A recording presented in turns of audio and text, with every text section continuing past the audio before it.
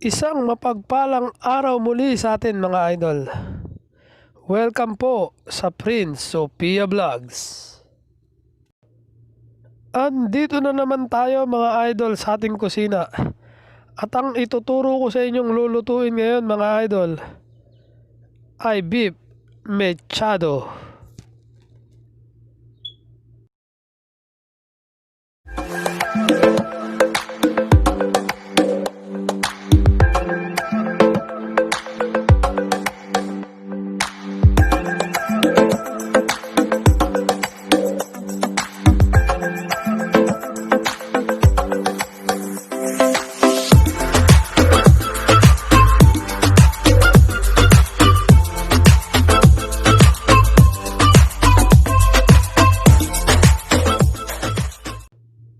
Umpisahan na natin mga idol. Una ay imamarinate natin yung ating beef gamit ang toyo, lemon juice at paminta. Pwede rin kayong gumamit dyan mga idol ng calamansi kung meron po kayo. Yan, lalagyan lang natin ng yung ating baka ng toyo, lemon juice at paminta. At kapag nailagay na natin lahat yan mga idol ay hahaluin lang natin ng gusto yung ating yung baka natin tsaka yung ating mga sangkap. Pagkatapos ay ibababad natin yan mga idol ng 2 to 4 hours. Mas matagal mga idol, mas maganda para kumapit ng gusto yung minarinade natin. Tapos mga idol, yung baka natin ay pinakuluan na natin yan para malambot, mabilis lumambot, tsaka magamit natin yung beef stock niya. Ito ang mga sangkap ng ating beef mechado. Marinated beef, sibuyas, bawang, kamatis, dahon ng laurel, beef cubes, green bell pepper, patatas, carrots, patis.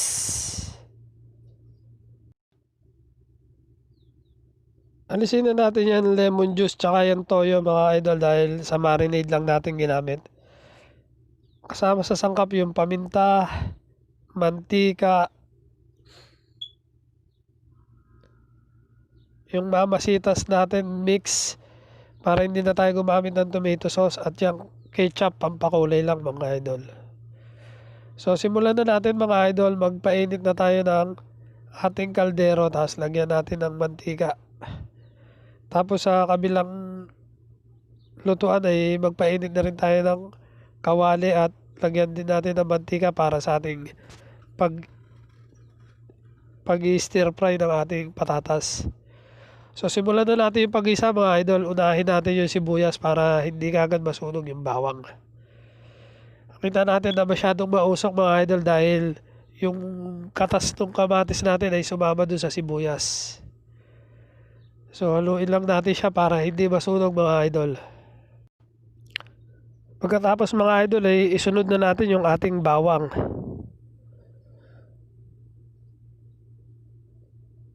Tsaka yung ating kamatis.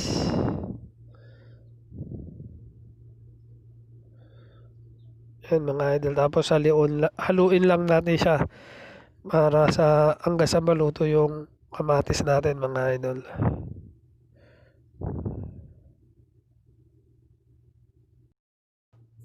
Habang hinihintay natin yung kamatis mga idol ay isa lang naman natin doon sa kabila yung ating patatas. Stir fry natin siya mga idol.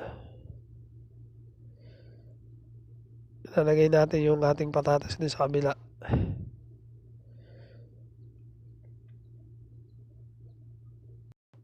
Kung malalaki rin yung hiwa ng carrots nyo mga idol ay stir fry nyo rin siya. Pero ngayon hindi ko stir fry yung carrots ko dahil konti lang at maninipis lang ang hiwang ginawa ko. Sa kabila naman mga idol, kapag luto na yung kamatis natin ay ilalagay na natin dyan yung marinated beef natin. Isama natin mga idol yung pinagmarinadan para yung lasa ay kumapit ng gusto sa ating baka. I-medium heat lang natin mga idol yung ating baka para mabilis lumambot at takpan natin siya mga idol. Sa kabila naman mga idol ay dudurugin natin yung ating beef cubes doon sa may gitna ng ating ini-stir fry na patatas. Try nyo to mga idol. Kasi yung patatas natin magiging masarap dahil maglalasang baka siya. Tapos ihahalo lang natin yung ating patatas doon pagka nadurog na ng gusto yung beef cubes natin. And eventually mga idol, pagka naman na luto na yung patatas natin ay isasama natin doon sa ating baka yan. Kaya yung dinurog natin na beef cubes ay mapupunta pa rin doon sa ating nilulutong beef mechado. Tapos mga idol ay ipiflip lang natin yung ating patatas para hindi siya masunog. Kailangan lang natin i-flip lahat para pantay yung luto. Sa kabilang niluluto naman natin mga idol ay i-check natin. Yan mga idol, medyo tuyo na yung minarinade natin na baka. Medyo natutuyuan na siya. So ilalagay na natin yung ating laurel dyan.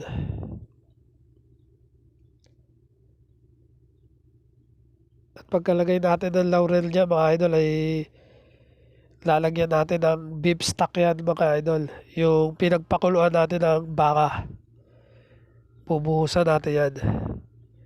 Para yung lasa ng baka ay masarap dahil sa beef stock.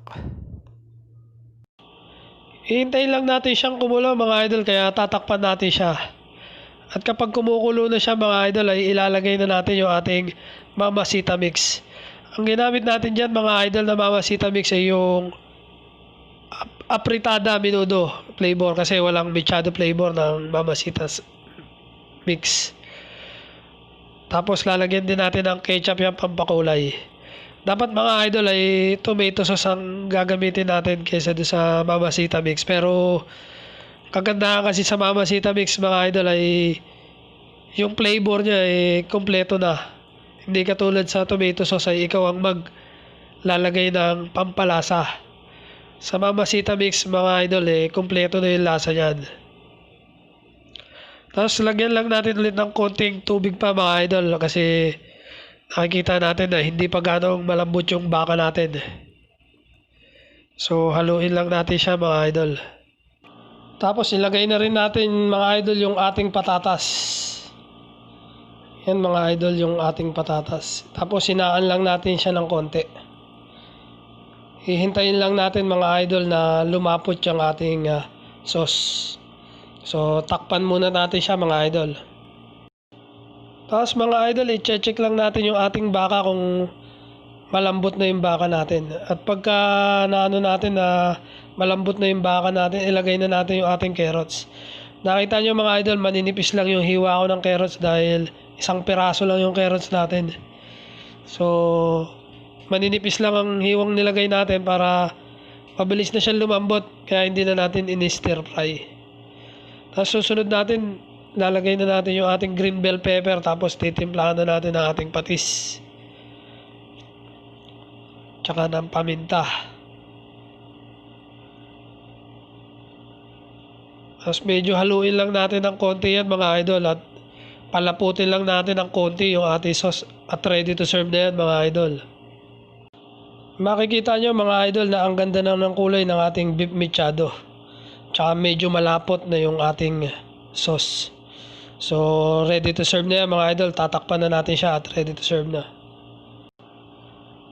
Yan na mga idol ang finished product ng ating beef mechado. Napakasarap niyan lalo sa mainit na kanin mga idol.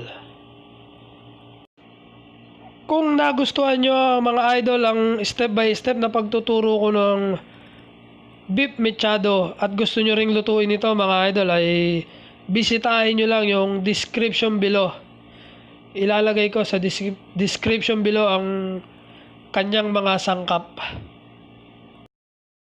At kung nagustuhan nyo mga idol ang video ito, huwag nyo kalimutang mag-like at subscribe sa aking channel.